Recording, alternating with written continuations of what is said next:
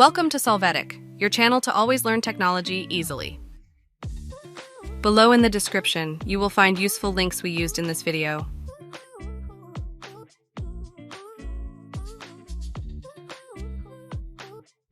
Today at Solvetic, we will see how can I change my WhatsApp language to English. We start by opening WhatsApp. After that, click on the three upper points and then on Settings.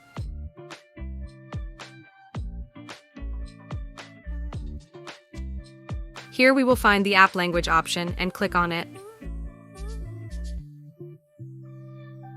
Finally, we can choose the language we want and the changes to the interface will be applied. Hey, remember to subscribe Solvetic channel.